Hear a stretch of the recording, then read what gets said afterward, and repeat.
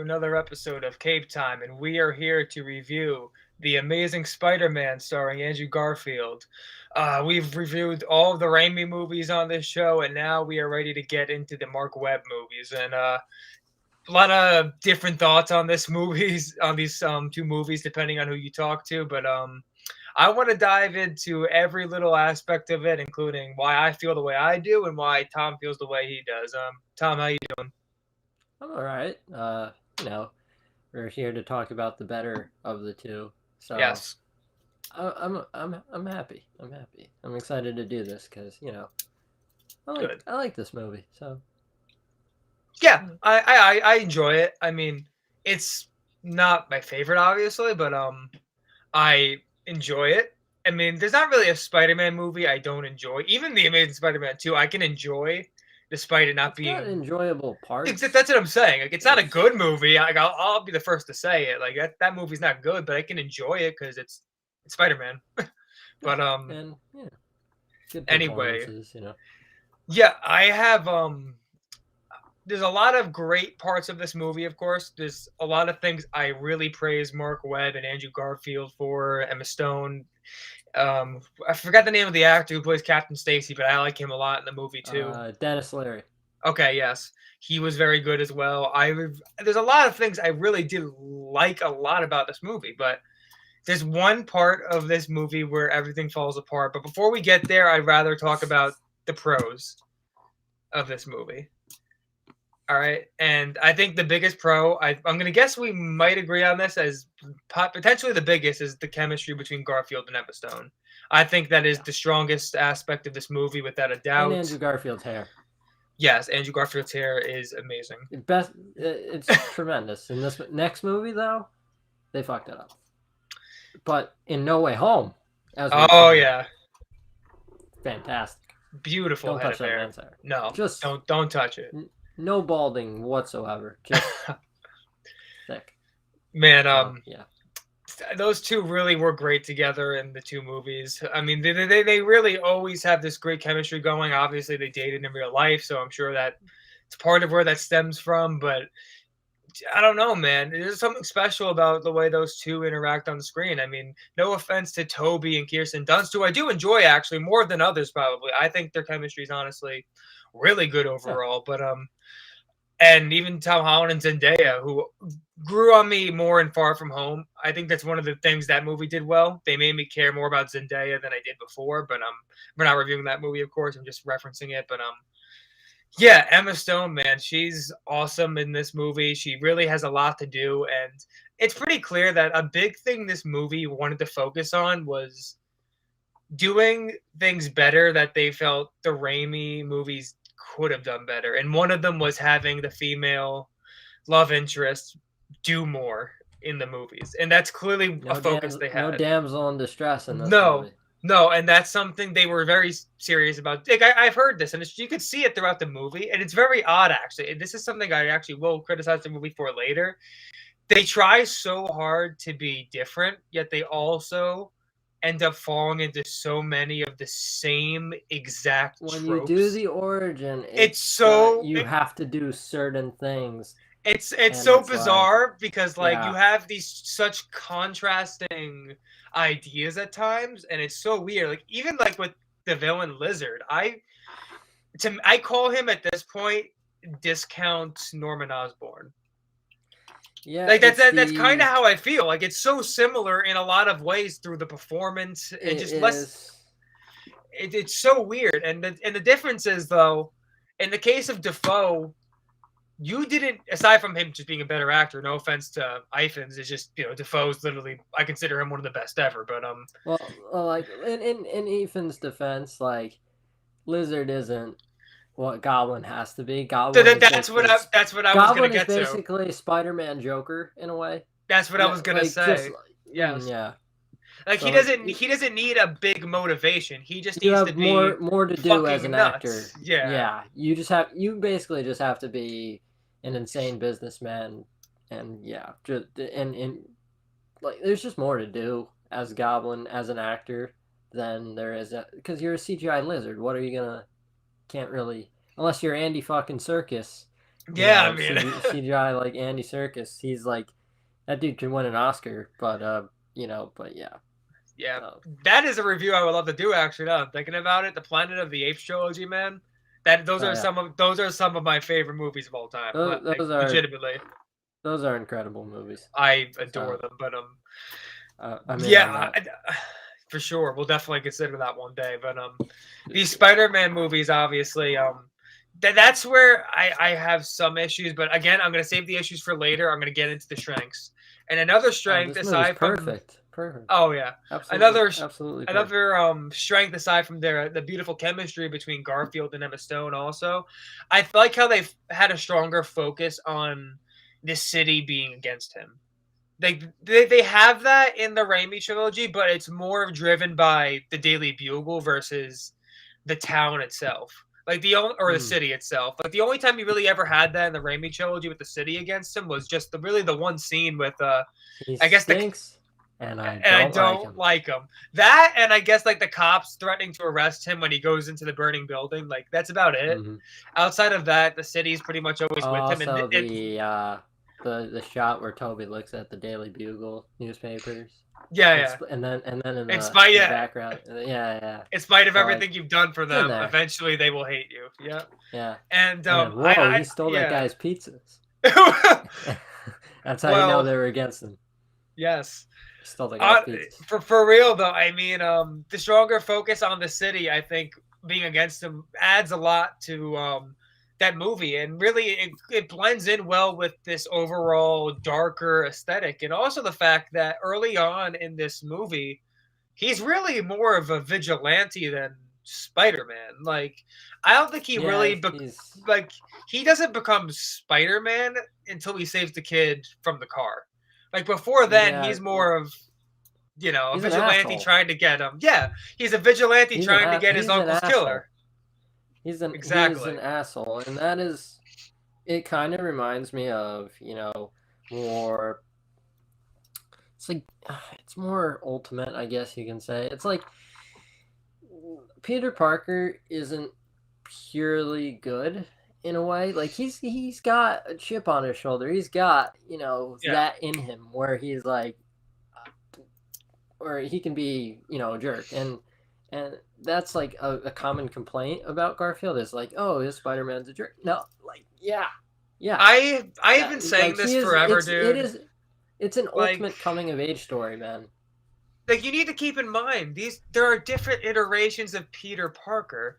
Like just because you're used to the typical he's nothing more than a nerd who becomes the sweetest guy ever and wants to save the city.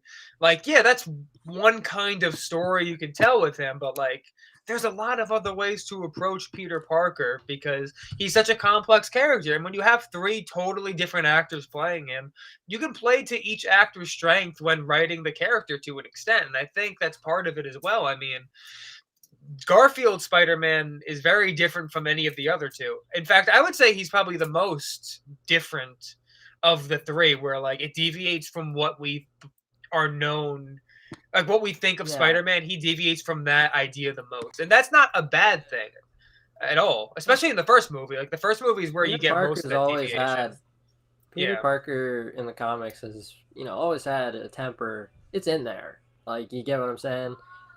So and this franchise kind of emphasized it more than Toby and Tom's versions, and those two versions are completely valid in what they did. But I actually quite like that this kind of vigilante Spider-Man who isn't yet that and is about to be that, but has to humble himself first in a way. Because Spider-Man's the ultimate humbling story. I mean, if any, we all know the origin, and Mhm. really, I think there's an added layer to it, doing it where Peter is a bit of a jerk and has that chip on his shoulder, and has to not only humble himself from the whole great power, great responsibility aspect, but also just like grow up, kid. Like Yeah. it's time. Like you gotta like you can't forget the eggs now when Aunt May asks for them because Ben's gone. All right, like you can't be that kid anymore. You get what I'm saying? No, you are totally right. I think that was a genius way to approach the character by Mark Webb overall, and like, I think again, only Andrew could it's do this no, too. I I think agree, Andrew was perfect. and that's how I feel when I look at all these different Spideys. Like, I don't. Toby couldn't do what Tom Holland's doing right now, and that's not a knock to him. It's just that like, it's Mr. the Stark. way, it's the way he's. Oh, that would be so weird. That would be Yeah, so that would fucking been. bizarre. Yeah, it would be very weird for 46-year-old Tobey Maguire to talk to 50-year-old Robert Downey Jr. like that. Yes. Even 25-year-old Toby Maguire, that'd be Yeah, fucking it just weird. doesn't work. It's got to be. No, like You gotta look like me in order to be able to pull that off. you're right Yeah. though. Like So you need to have the right vibe for that, and yeah, it's got to be Garfield's a kid. vibe, like it was perfect for what this movie was, and like I Every said, Spider-Man it's actor fits the yeah, director's vision. I've always said exactly. that. No, Like, you're right, like, you and don't like Toby. Like you just said, Toby doesn't do what Tom does. Andrew doesn't do what yeah, Toby does. Andrew doesn't do what Tom does. Yada yada yada. You like mix and yeah, match. like you Yeah, can I think dislike Andrew could pull off Toby. Yeah, I mean, I think he can do it. you can dislike the take on Spider-Man here, but it's never, regardless, it's not Garfield's fault. He's doing what the story needs to a T. Like he's doing what he's meant to do, and like this entire story, like I said, like it has a much darker aesthetic to it, and I think that's a big part of what, probably one of the biggest things that makes this movie different for me. Because look at the Raimi show, dude. That is one of the brightest set of movies you can find, and I mean that in the most Yeah. endearing and Mark Webb beautiful of watched The Dark ways. Knight before Yeah, he watched Batman Begins before because you got to remember that it's very 2000 Snyder, actually. Very Snyder little in like bit, a little lot of bit, the cinematography. Yeah. little bit. Like here's the thing. So like 2005, 2006, right? That's when Batman Begins and the James Bond reboot Casino Royale dropped. Those are the two most successful reboots ever in the history of blockbuster filmmaking. Uh huh. And uh, they both took two franchises. The Batman franchise was known for being ridiculous after Batman and Robin, and James Bond had the movie before Casino Royale was James Bond stopping some guy from using a doomsday device to melt all the polar ice caps, and he's surfing on ice, and it is the most ridiculous plot you will ever see in the world. And it became completely ridiculous, so they had to reboot the franchise. Same thing with Batman, like it's just said. And those two reboots are very much dark and gritty and grounded in reality.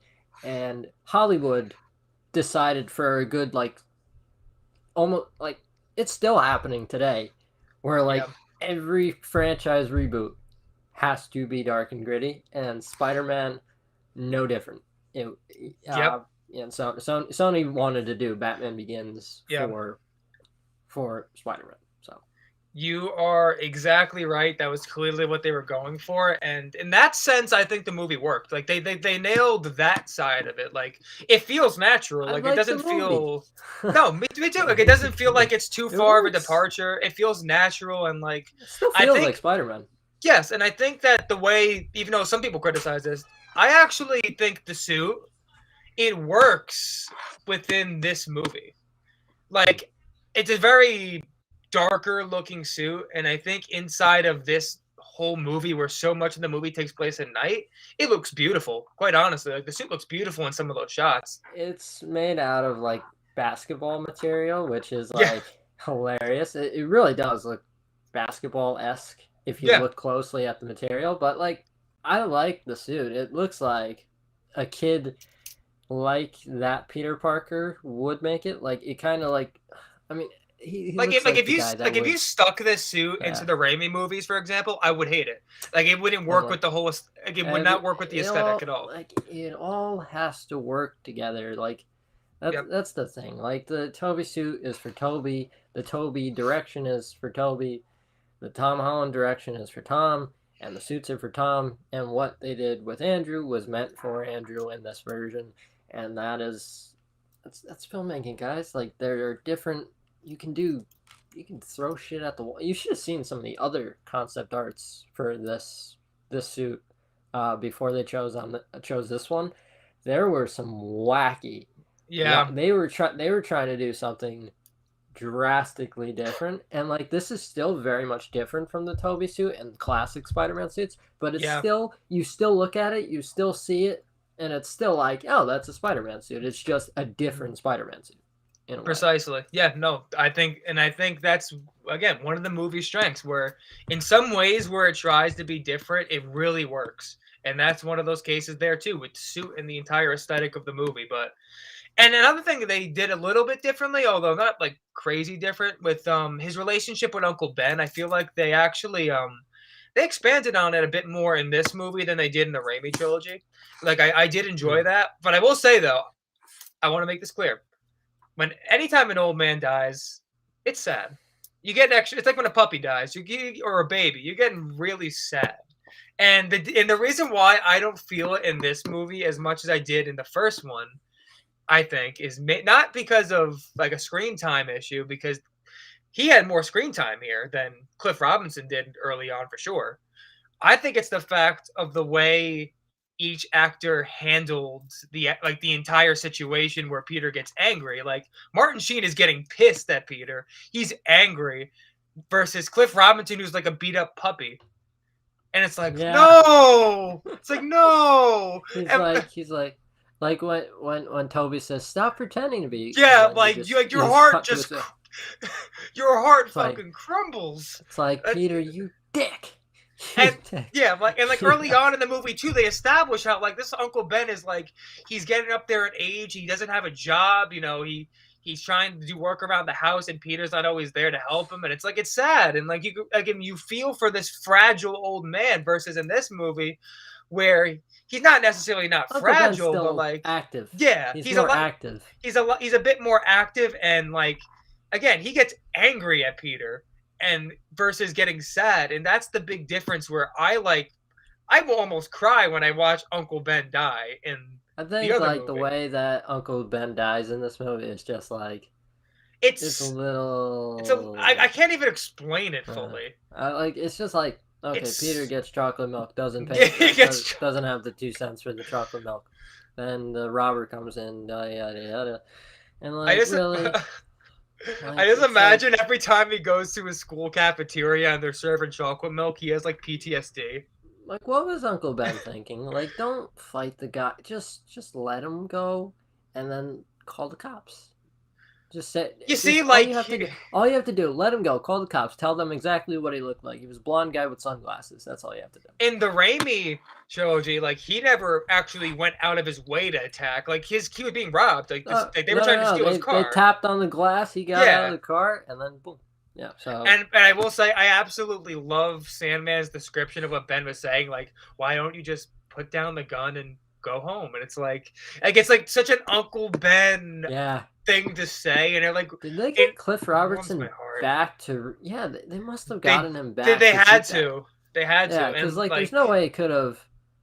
Yeah, because like Thomas Hayden Church wasn't Sandman in 2002, so and you can see in the scene too, like he looks even older than he did in 2002 in the scene. So yeah, that's definitely a new scene they shot. But that I think they handled Ben better in Raimi in the sense of like de-aging tech. Yeah, they handled it better in the sense of like I don't even know how to explain it. Just the way they introduced the character and the emotions around it versus in this movie where again I like the relationship between the two.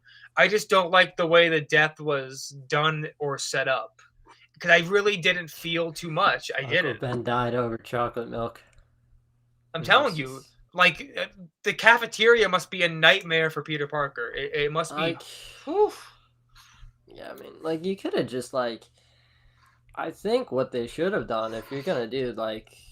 Something like a convenience store robbery, you have the robbery take place before Peter walks in the store, and then you just have Peter let the guy go, and then as he's running away, then like off screen, I think you kill him off screen again, and like you don't have to show Uncle Ben getting shot. You just see, the robber go off, and then Peter pays for his milk and goes on his merry way. And as he's coming back home. Like as he arrives home, then you have the cops everywhere talking to May, and then it's like And look, I understand that obviously the story is very similar, but like it was a little derivative where he's like, "Not my policy." I'm like, I missed the part where that's my problem. Like it's literally the exact same energy, but with It's the less same. heart. But with less It's the heart to same. me. It's the same, but it doesn't have that That's what I'm saying. slap Like to it. you missed the slap. Like Because you need. that was a line that was said by the promoter, the wrestling promoter, and so he throws it back in his face, and it's like, yeah, I mean, like, I think like the thing that makes it work is that the fight promoter, he's like this Italian guy. He's kind of a sarcastic asshole, but like the guy that played the convenience store clerk is just kind of a regular dude, and it's Yeah, like he that's what doesn't I'm have saying. Yes. like those extra castings. Like Uh huh. we talk about that in the Raimi movies a lot. Is like the casting of like Mr. Aziz from the pizza Oh shop. Joe's yes. 29-minute guarantee is a The promise. promise, Pete. Yeah, and then the guy who Yeah. goes, "Whoa, we stole the guy's pizzas." Like the casting of the extras and like those little parts They're is what so makes it. memorable. And It's it's like amazing. It's when amazing. you have like when you do the when you like this convenience store clerk was a fine actor. I mean, like I'm not taking a shit on the extra, No, but yeah, like yeah. he doesn't have that memorability to him like the fight promoter does, where he goes, "That you could have ripped that apart. Now he's getting away with my money," and like he's got that kind of Italian kind of thing going on. And then Peter Yeah. goes, "I missed the part where that's my problem." And then he And gives him like, yeah. and then he gives him that look where he's like, Yeah. "Oh shit." I was like, And I like the fact again they didn't show Ben's death. Like I like the dramatic aspect of him walking out of the building and you just feel the tension with all the cops gathering around the body and it's like yeah, it's holy like shit. and then Like that's my uncle. yeah, like Yeah, that's better than what they did here for me. So it I was just built wanted to up so touch much better. I wanted to touch on that, but and another good aspect of the movie though is I think the score is excellent. I really think the score is awesome. It's not Danny Elfman's. Danny Elfman has the best, but nothing beats the Elfman score. Yes, But this is a I great would agree. score nonetheless, and I really enjoyed it a lot. Hans Zimmer's obviously a legend. He can rarely do wrong. You're almost never gonna get a bad Hans Zimmer score. I mean, the guy's a Han genius. Solo. No. Yeah. I mean, no. There was Amazing Spider-Man 1 was James Horner, and he passed Yeah. away in a plane crash. Rest in peace, James. And then Hans Zimmer took over. I don't know if James Horner died before Amazing Spider-Man 2 or they just I was gonna replaced say, him. wait, he didn't. Zimmer didn't do any of one. No, it was just James Oh, Horner. okay. I thought That's it why was the Zimmer. themes Okay. and the music are so different between the two. Oh no, I Like, agree. I just cause figured that like, was more about cause the, like the Amazing tonal Spider-Man 2, change. yeah, Amazing Spider-Man 2 is like completely different from Amazing Spider-Man Yeah. 1. It's like Amazing Spider-Man 1 is dun dun dun dun dun dun, and then Amazing Spider-Man 2 is dun dun dun dun dun. It's more grandiose. It's more, it's more of a traditional kind of thing. But yeah, and then you had the Skrillex theme for Yeah. Electro, which was we'll get into that at another time. I think like Yeah. I don't know. I like the Amazing Spider-Man 1 score better. I like that main theme better, especially during the crane sequence where Yes. it's like Yes. I'm like I mean, I saw that's that I saw this movie. I saw yeah. this movie in IMAX when I was 2 weeks away from turning 12 because this came out July 3rd. So Uh huh. yeah, that was awesome to see. Yep. So yeah. I think it also I guess we'll get into that actually while we're there. I mean, the crane scene is awesome. Like, I don't care what anyone says about like it's so unrealistic that this would all happen. It's a comic book movie about a spider and a lizard man. Okay, like I Yeah, I don't mean care. like I don't care. It's fun. It's awesome, and would it and it and to me, it's more symbolic than literal as well. well, Like it's the let's city say coming this. together. Let's say this. In 2002's Spider-Man 1, you had a large variety of New Yorkers throwing pieces of junk at Green Goblin.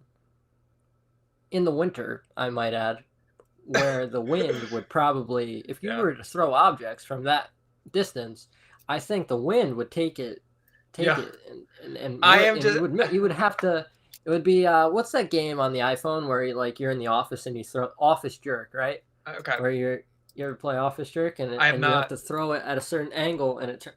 All right, That's just never mind. Never mind. Okay. Moving on. Yeah, But wait, now yes, I'm just thinking of like the you fucking said, extras. The extras in the it bridge scene doesn't are so funny. like. Yeah, I mean that's like what I'm saying is like you mess with one of us, you mess with all of them. I got Hey, something for your ass! I got something for you. It's just like it Oh, just so doesn't get funny. better than that, and it's like whoever was like the casting director on that is just I love you. I love you. I love you, casting director. It just Like, embodies New York.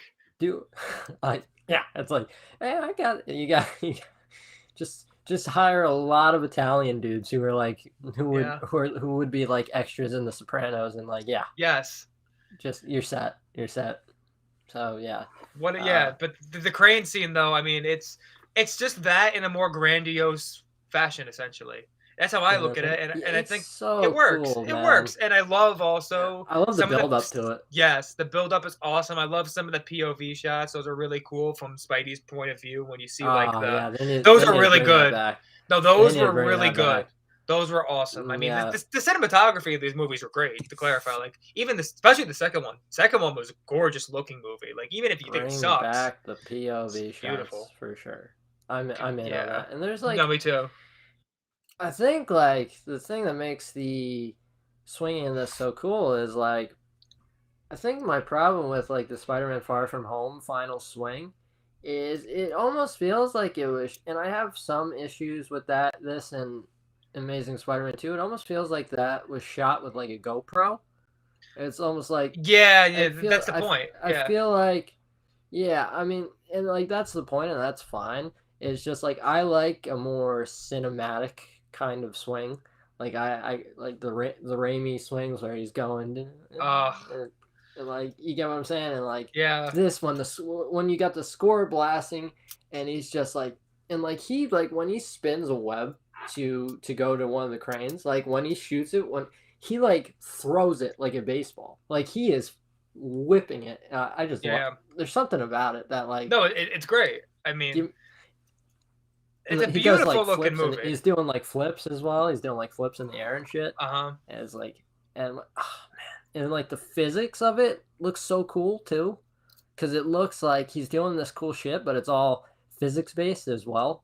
And Yeah. I'm like, God damn, I I need to direct a Spider-Man movie because like I've taken notes. I have Taking notes notes. in my head, just like if I were to ever do a Spider-Man movie, it would take inspiration from that scene. Yeah. I will just say that. Hmm. So the I score have is just so like cool. two more pros I want to get into before we get to the cons. With this next pro being definitely the fight in the school. I think that is an all timer. It is awesome. Comic, it's It like a is so comic book it's came to so life. cool. It is so You cool. know, I I going back to what you said yeah, about yeah. Lizard being discount Norman Osborn. Yes. The funniest thing is like the first storyline of Ultimate Spider-Man is Norman Osborn attacking Midtown High You in the see? Ultimate Spider-Man comics. It is like he attacks Midtown High, and that's Spider-Man appearing in public for the first time. I'm telling you, I discount think like Norman. in the suit, in his actual suit. He's In literally the talking to yeah. himself in his laboratory during a few scenes, and you hear the other personality of like the Lizard coming out talking with Bro, his regular self. they should have done if they're gonna Same thing. do like they're doing this realistic take on Spider-Man because they want to do the next Batman Begins. All right, like why is the Lizard the villain? Yeah, Why would I you do mean, that? Like there's a if lot you're of other gonna villains you you could know have what you done. should have I totally understand that they were gonna try to do a grounded thing while also doing still keeping in line with the comic books and having superpowers and all that yada yada yada. I think I think a character like Electro would actually be a cool villain to do here. Hmm. Uh, to be honest, more because you're talking about Spider-Man's relationship with New York. So what if like one of Spider-Man's first missions while he's maybe going out trying to hunt Uncle Ben's killer, maybe like Max has an accident because of that, right? Hmm. Where he pushes Max out of the way chasing the guy. Yeah, Like say yeah. I have an idea. I have an idea. He finds the Yeah. killer, right? And he's chasing him. He's chasing him throughout whatever, like a lab, right? And he accidentally bumps Max, and Max falls into like a pit, kind of like the Joker in Batman, or something like that.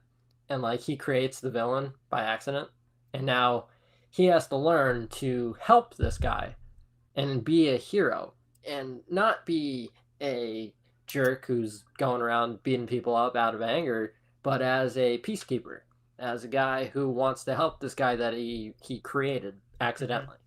Yeah. Something like that would have No, been that would be a lot better than what we got. I mean, again, there was no. I know they tried to establish the relationship between Kurt Connors and Peter, but like there wasn't really much there outside of them just both being smart the reason people. they did it, like, that's all it was. They're both smart, and he has the connection to his dad. They wanted to do the scientist route. They wanted to do the Richard Parker thing, the quote unquote untold story. That was the big slogan. Yeah. They were trying to justify the reboot, and by doing that they added corporate espionage to it, and it's like nobody really liked that in the comics. Like nobody really liked, like, the Ultimate Spider-Man did that, and they actually did it well. They had him be like, him and Eddie Brock's dad created the symbiote, which is a cool kind of thing.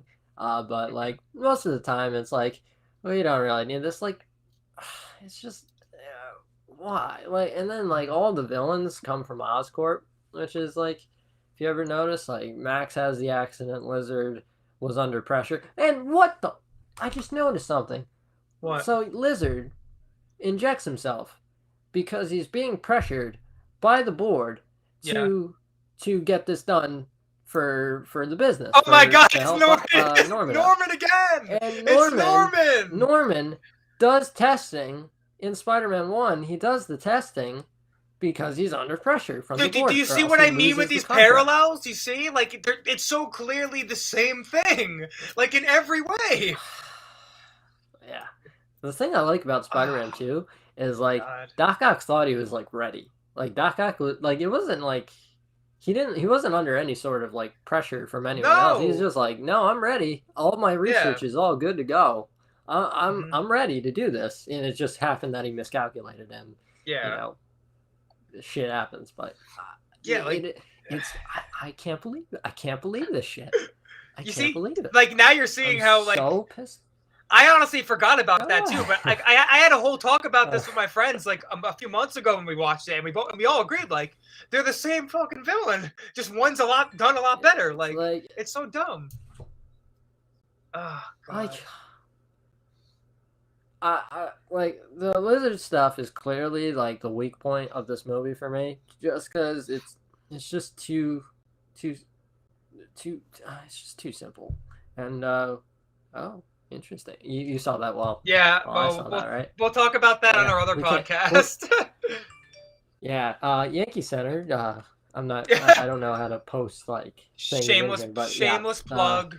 Ooh, Spider-Man No Way Home just posted a video. Yeah, we'll get into that later. I think that's just the Jamie Foxx thing that they officially released. We don't need to get into that. But like I was saying, the Lizard stuff was the weakest part of this movie. I like Reese Ifans as an actor. Like, I think he's perfectly fine. It's just that the writing, and also a lot of his scenes were cut, and like I think you could have done to differentiate him from Norman is like Lizard is a very loving father. Like he cares about his kid. Like Norman Osborn, let's be honest, he doesn't really like Harry too much, and like I think you could make him a lot more sympathetic than Norman. Even though before Norman took that serum, he was still kind of a jerk. And it's like he's not like he's a successful asshole. Whereas like Kurt Connors is like Kurt Connors isn't the head of Oscorp. He's not the head of a corporation. He's just a scientist who has a family, and you could have done something there that separated him from Norman enough, but they didn't. Yeah, and so I think you just have him. Yeah. Oh, you can finish. Yeah. You can finish. Lizard is clearly where this movie falls apart for me. Like he is the thing that hurts this movie most, and more easily, more than anything else. Like, can we agree on that, or is there It another part doesn't like. that like? I'm saying Here's the him thing. more than It doesn't anything like else. kill it. No, It no, doesn't I kill like it it. for me. It's just unoriginal. It's like it's just like unoriginal. Well, It's like that. it's Like unoriginal and not done well. It's both. it's undercooked too. It's undercooked too because they cut a lot of his scenes before his transformation and his relationship with his kids. Because his kid, like, there are deleted scenes with him hanging out with his kids and like Yeah. all that yada yada yada. And it's like, God, we should have, like, if you want to make people like your villain sympathetic, you have to show that side of them. And it's just like like Spider-Man 2, going back to Spider-Man 2, you spent some time with Rosie, right? While Peter meets Otto, right? And he's spending time with Rosie and Otto while the night before their experiment, and it's like, oh, they're a loving couple. I hope nothing bad happens to them. Rosie died. Rest in peace, Rosie. And yeah, that shot where you see her screaming in the reflection of the glass my friend as it's about to hit her. Dude, my friend hates that so much. He despises it. I love that. Like, I love it. Like he's like, dude, the scream is so cheesy. I'm like, but that's the point. Sam Raimi's a horror director, man. I would scream as I was watching the glass about to kill me. I would fucking scream. I'd be like, that'd be my face. That'd be my Sam Raimi death face.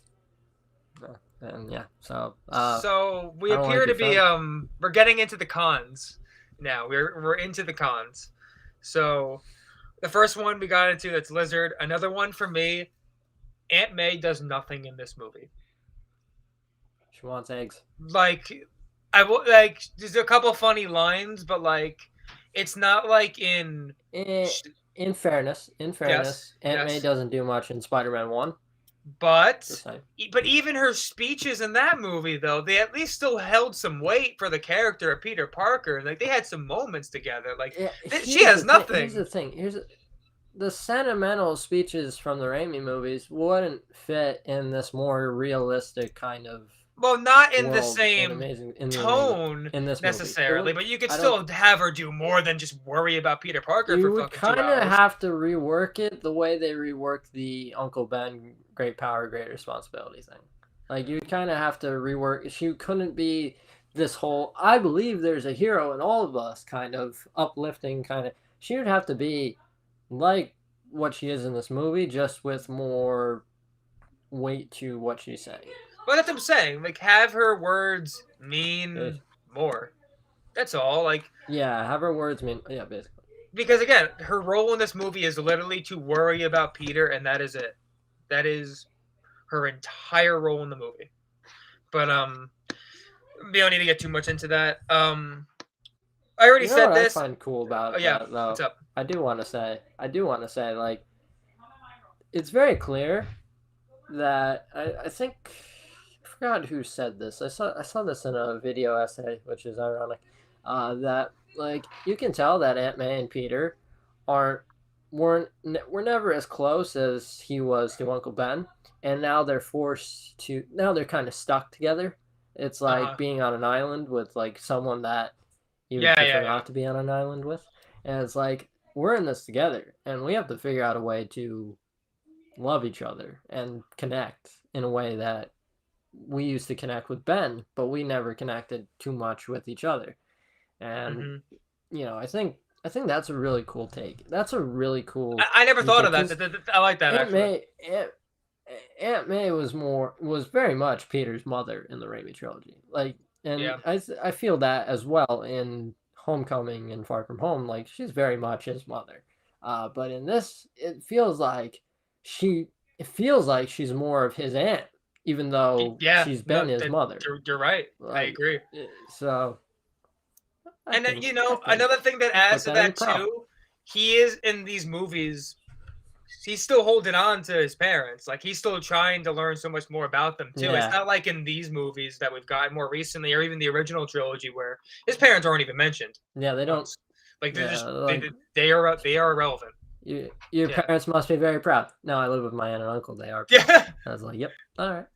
Okay, And that's then it. like at the end of Spider-Man 1, I had a father. His name was Ben Parker. It's not Yeah. his actual father. I think we know that. So yeah, they died in a Let's plane see. crash. So another thing I want to get into a little bit, which we already kind of did, but I'll note it anyway as one of my cons. The movie does try too hard to be the Raimi trilogy at times, and it also tries too hard Oh, to not be the Raimi trilogy at times. It's a bit of it's both, which is so such a weird. difficult balance, man. That's what I'm It's saying. Like so they sometimes difficult to they do try this. so hard to do what they do, and then they try so hard to say, no, we don't like that. We're doing the exact opposite of that, and it's clearly so Yep. intentional to the point where it's like, whoa, whoa, whoa, that's a little weird. Like the one scene where he's fucking like where he constantly makes jokes with the one guy he's webbing up. It's like we're gonna give you this Yes, one that was really giant funny. scene of Like, all jokes just to show you that we do yeah, jokes, and then we're just gonna basically have the same amount as the Raimi movies. That's you know what basically I did like is that's what it is. I did like seeing Spider-Man with his backpack and like a cell phone while he's in Yes, the suit. I think that's Because cool. like Toby's Spider-Man would never do that. Just like I think that's Yeah, cool. Like, because like if you're a teenager, like you have your phone on you yeah. while you're in that suit. Like come on. So I think that's cool. But I understand like the whole thing was like Toby didn't quip enough. He didn't quip enough. So they're like, so Sony was like, Avi Arad, because he produced this movie. He Quip, produced quip, this movie. quip. Avi Arad did. He's like Mark Webb, come over here. We need a scene where he quips a lot. Yeah, there's a lot of quips in Well, that well, one well, scene, Avi, man. Avi, this is more of a movie in which it's more grounded and realistic and a darker take on Spider-Man. Time to quip. But I must say, I actually did like the quips. And also, I must say, this movie, I have to put this in the pro column. Yep. The single greatest line delivery by any Oh, I know Spider-Man what you're gonna actor say. I know what you're gonna say. is, uh-oh, But somebody's he's been a been a bad bad lizard. lizard. And Yeah. it's like, that is Spider-Man from the comic books put right on the screen. And it is, I love it. I love it so much. Yeah, Yeah. I love that. So, like, I could go on for No, days you're. about That's a that. great. It, That's just a that great one line. line, That's a great line. like, that's so like, and that goes back to what you said. One of the pros was the school fight, and Yes. Stan Lee's cameo was pretty cool to see. That's one of my And favorite yeah, I Stan Lee mean cameos. That's a good one. But I think a big missed opportunity was yep. like Homecoming didn't do that. But I also know that it Mhm. wouldn't fit necessarily. It wouldn't Yeah. fit, but like, can you imagine? Can you imagine if this movie was MCU set and like Tom Oh, Holland? Like imagine Homecoming was actually the sequel, and like this was the first movie, and this starred Holland, right? And it's more of the MCU kind of tone, and that in that scene, and like the first villain he ever faces is Lizard, and he's in a high school with like Ned and all those guys, and like I think that would be really freaking cool. I think like because like they specifically said we're doing high school Spider-Man movies with the MCU, so I mhm. think like that could have been like really cool. Yeah. I think a big That would missed have been cool. opportunity is just not having a fight in the school. So yeah, they had him running through the school grabbing the suit, which was cool to see. But like we never got to see him fight in the school. They saw him fight outside of the school against the Shocker. But come on, give me a good school fight. There's nothing better than that. There is Mhm. nothing better than that. Spider-Man Yeah, fighting. that's one of the things I will not criticize Far From Home for, but say I wish they didn't do this. They should have just kept it in New York. I'm gonna be honest. I think there was more to. Yeah, I I think understand why they did, but like, there was more to do in but New yeah. York still. I would have liked to develop some things there that never got developed, but whatever. We're not getting into this today, at Oh least. shit! Can you imagine if that scene, that Mysterio, takeover? I mean, that Mysterio sequence. Can you imagine if he was running around the school, like Yeah. he takes him to the school, and like that's where his base of operations is, Oh, while they're on summer break, this I'm and he like this. uses that as a Yeah, that'd base. be cool. Oh man, that fucking I just sometimes I get ideas and Yeah. I'm like fuck, I could write for these guys, and it's like damn it, but yeah, I mean So fuck. I guess another con. This isn't even like this is kind of pertains to Lizard too. The Lizard Army was so dumb. That was so dumb. And I'm just gonna say right now, if you were gonna fucking do this shit, you need to commit. Like I love I that. want to see the Lizard Army You attack know what I people in New love? York. You know what I love more than anything about Spider-Man 1? What? There is no end goal for Norman Osborn other than kill Peter Parker Yeah, and kill the yeah, one he loves. yep. Like there is no MacGuffin. There is no secret key that he needs. There's no arc reactor that he needs. Wink, wink. There is nothing. Like the MCU is very plot heavy. Usually, like there's usually like a certain thing. Like we saw in Far From Home, he needs like Edith, or in Homecoming, Vulture's end goal is doing the robbery, right? But in Spider-Man 1, the man's mission is just fuck this man's life up. And I just love that. I love that so much. More than anything in the world. It's just a good fuck you kind of plot. Yeah, That's a fuck you plot. I love it so absolutely. much. You're So, right. but Honestly, yeah, Lizard Army, not good. no, it was not good. Again, if you're gonna do it would still suck either way. But I didn't even get to see the Lizard Army. I didn't get to see it. By the way, Yeah, by the way, I raised my hand. Uh, by the way, Lizard should have worn that lab coat a lot more. that is something that they really missed on, man. You needed the lab coat. Should have worn the pants as well. Hopefully, we get even a little bit of that in No Way Home, even if it's brief. I don't care. Because like here's the thing, the lizard design, like I know I know I'm interrupting you, but like the No, design, no, you're he good. really does look like a Goomba. He does look like a Goomba. Yeah. And like the thing with the coat is it breaks him up from looking naked in a way. Yeah, yeah. Like you don't want your CGI characters to look naked, and I think the Venom franchise has this problem because Venom doesn't have the white spider, and like what they did is they put like kind of milky white lines in there. If you ever watch Venom, like they Yeah. got kind of like milky white lines, and it's like okay, I can see they're trying to like work, but like just like fuck, they need to find a way to get the spider on that symbiote. But yeah, and like Lizard suffers the same problem. Like he looks naked. He looks naked. He has no Mhm. lizard penis. Wow. That's all. Wow. Okay. Um. Do Just you have any other main cons, or those are kind of my main ones? I mean, I have one other actually. Maybe kind of. This is. I want this to be clear. I love Garfield's performance. I think he's awesome. I love him. I don't always love some of the I'm on drugs stuff. Like that whole vibe is a little weird sometimes for me. Not to say I totally hate it, but sometimes it's a little weird and it kind of doesn't work for me. For me. I crack up. I crack up every time he gets home late to home, and he basically takes the entire fridge with him. Oh, Like I it's love the just fucking I like love the meatloaf line. they're like they're like this meatloaf is better than all other Yeah. meatloafs. And like I've been in that situation where like I've spent hours not eating food, Yeah. and like the first thing I eat, I'll eat like McDonald's, and I'm like, this is the best burger I've ever fucking had. And like, I have a Yeah. story. I do have a story.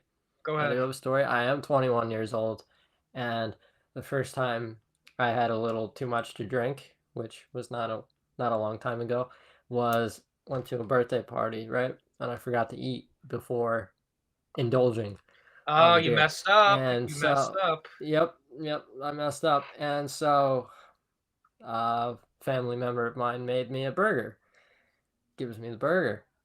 I ate that burger. It's got like onions on it. I'm not a big onion guy, but like I'm eating this burger and I'm like, this is the best burger in the world. And my cousin's looking at me like, oh shit. He's like, oh, because my cousin may have given me a few beers by he peer pressure. Don't don't don't give in. Don't give in to peer pressure. And so I may have had about 5 beers that night. So yeah. Tom's a drunk. Moving on. Moving on. Yeah. So, So and that just goes to your Garfield point. I actually do yeah, like that, to be honest. I like some of it. Like I like it in that scene actually. In that scene, I do enjoy it, but it's a constant thing. Like throughout like the entire first half of the movie, and sometimes it's a little much for me. Mm. Even before he first gets bit, he still has a little bit of that. It's again, this is more of a nitpick. It's more of a nitpick. I'm not like He's saying it's very twitchy. bad. He's Very, very. very twitchy. But Very twitchy. you know what I like is like the twitchiness goes away by the end. He's Yes. like, it's like Yes. kind of like, see, Garfield's such an actor's actor, where like everything he does is very carefully thought of. Like he is an actor's actor to a T. And like he thought, okay, we're gonna start here. Peter Parker is his outcast. He's very twitchy. He's like kind of nervous. He's got this nervous energy to him. He hasn't figured himself out. He's got a lot of shit that's kind of a lot of trauma. And then he goes through this whole experience. And by the end of that experience, he is a man. He is not an immature boy anymore. He is a man, and he knows what he wants. Except the end, he does not know what he wants, because he's like, No. those are the best kind. But I don't mind that, because I think a common theme for Spider-Man is like he always tries to do the right thing. Sometimes, but he's not perfect. Like he'll make a mistake. He'll act selfishly, and then it'll screw him. But he won't ever make a mistake on the magnitude of getting his uncle killed ever again. So, Yeah. there's a fine line there. There's a little gray area in there. So and this falls into it. Are there any other details regarding like plot you want to get into? I mean, the plot is pretty straightforward, quite honestly. I like most of it. It's the origin story. Yeah, I guess I'm saying the only part of the plot I don't vibe with really is just lizard shit. That's about it. I mean, the rest of it's pretty good. I really like the Flash Thompson stuff. Yes, like, I actually he has really an do arc like this in Flash. movie. I like this Flash Like, Thompson. cause like he starts off being a jerk, right? And then like he gets humbled by Peter. Peter dunks on him. Peter's uncle dies, and like Peter becomes almost the bully in that situation. And then you see Flash showing sympathy, and their relationship develops. And then by the end of the movie, Flash is wearing a Spider-Man shirt, and they're actually having like a conversation with one another. A nice conversation. Yeah. Peter's like, "Cool shirt, man. Cool shirt." And it's like he came so far from when he's hurling basketballs at his head in the opening scene, and now they're just having bro conversation. They're like bros. Yeah. Like, I love that. That's cool. I love that too. I think that's really awesome. Like, it's better than the Raimi trilogy. The Raimi Spider-Man 1. Oh, to be specific. Yeah, like because he's very Flash, quintessential 90s. He's very quintessential 90s, early 2000s bully. All right. My fist breaking your teeth. That's the accident. He's got the spiked up hair, and that man ended up becoming Deathstroke. Yes, he did. So, yeah. And he's a good actor, Joe. Yeah. And obviously another character we already mentioned that I love a lot in this movie. I thought Captain Stacy was really awesome throughout the whole movie. Honestly, I like the performance. I like the relationship with his daughter, and I like the whole dynamic between him and Peter. Honestly, I thought it was really awesome throughout the entire movie, and it's just a good character that I wasn't expecting to really attach. Yeah, it's a lot better than the Captain Stacy we got for 2 minutes in Spider-Man 3. That is for sure. Bro, I forgot he was in Spider-Man 3. Yeah, I forgot. Yeah. I'm like, holy shit. He was a very old man. Holy shit. He was an old man. Like that actor. I think I can swear I know that actor from Spider-Man 3. I remember now. But yeah, and then I think Bryce Dallas Howard was Gwen Stacy in Spider-Man 3. So yeah. I like that a lot for sure, and I think it ties into the relationship with New York that this film does a lot. So I'm in agreement with you there. Yeah. Trying to think, what else was there? I feel like that's mostly it. I mean, overall, I think it's a really great movie. It's hard to complain outside of the lizard stuff. Like there's some little things, and I think again the biggest issues for me remain just lizard and what the movie tries to be at times. But like aside from those, I mostly like it, and my score is probably right in line with yours for this movie. If I remember, I think you gave this. Tell me, what did you give it? 7.5. Yeah, I'm probably right around there. At worst, I'd be a 7. I'm probably 7.5 though. It's somewhere in that 7 to 7.5 range for me. Yeah. Yeah. I think like it's just I think it's just a really cool, solid new take on it, while also kind of suffering from the tropes and also the suddenness of the reboot at the time. It was like 5 years after Spider-Man 3. It was 10 to be exact after Spider-Man 1, and that was the origin story. So it's like, didn't we see this movie 10 years ago? But it's still a good movie. It's Yeah. still very much, and I think the reason why it's a good movie is it follows a lot of what Spider-Man 1 was, and it's like Spider-Man 1's a great movie. So, hey, if you're going to copy a great movie, Yeah, you're you're gonna end up right. with a pretty good movie. So I think this is a pretty good movie. I like this a lot, and the casting's great. Mhm. The CGI is great. The score is great, Yes, and it's correct. just there's certain things that it unfortunately, like, you can't help. You have to show Uncle Ben dying if you're doing the origin story, Yeah. and like it's just The, there are the, certain things that it couldn't avoid, and like it gets criticized for it, but it's like, since this is the route they chose to take, they had to do it. They had to do it. So, but overall, it's a good movie, and it's the best Garfield movie so far, mhm. until No Way Home. Yeah. To No Way Home. You might be right. You might be right on that for sure. We'll see. We'll find out in a few weeks. But yeah, that sums up my thoughts personally. And we're gonna be doing a Amazing Spider-Man 2 Great review hair, man. tomorrow. Yes, great hair. That review will be done Great hair. tomorrow. So I'm looking forward to that as well. And as the weeks progress and we get closer to No Way Home, there will be a lot of Spidey content coming on the channel as we build up to it. So be ready. Be ready. And I guess that's it. Any last thoughts from you, Tom, or are you good?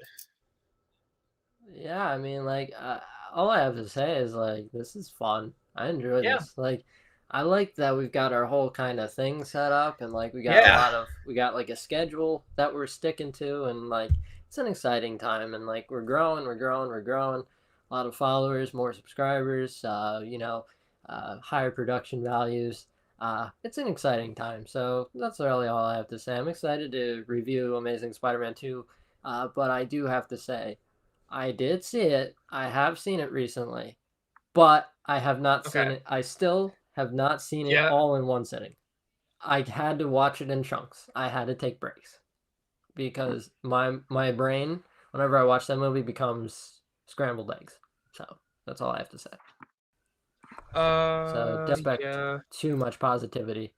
So No, I feel I'm not gonna be too positive with that one either. I will say whatever positives I can because I don't want to shit on the movie the entire time. But it's few and far between. But anyway, I'll give you a sneak preview. That fucking goblin design sucks. wow. Okay. Sucks so bad. It's so bad. Oh god. Uh, Okay. we'll Okay. get into that tomorrow, man. Well, It's so bad. It's so bad. It's just like this it's my birthday. Time to light the candles. stop it. We will do Please we'll wrap do it this. up. Please Yeah, wrap it up. we'll do this tomorrow. Well, this has been another episode of Cave Time, and I will see you all tomorrow. See you, everybody. Please don't make me.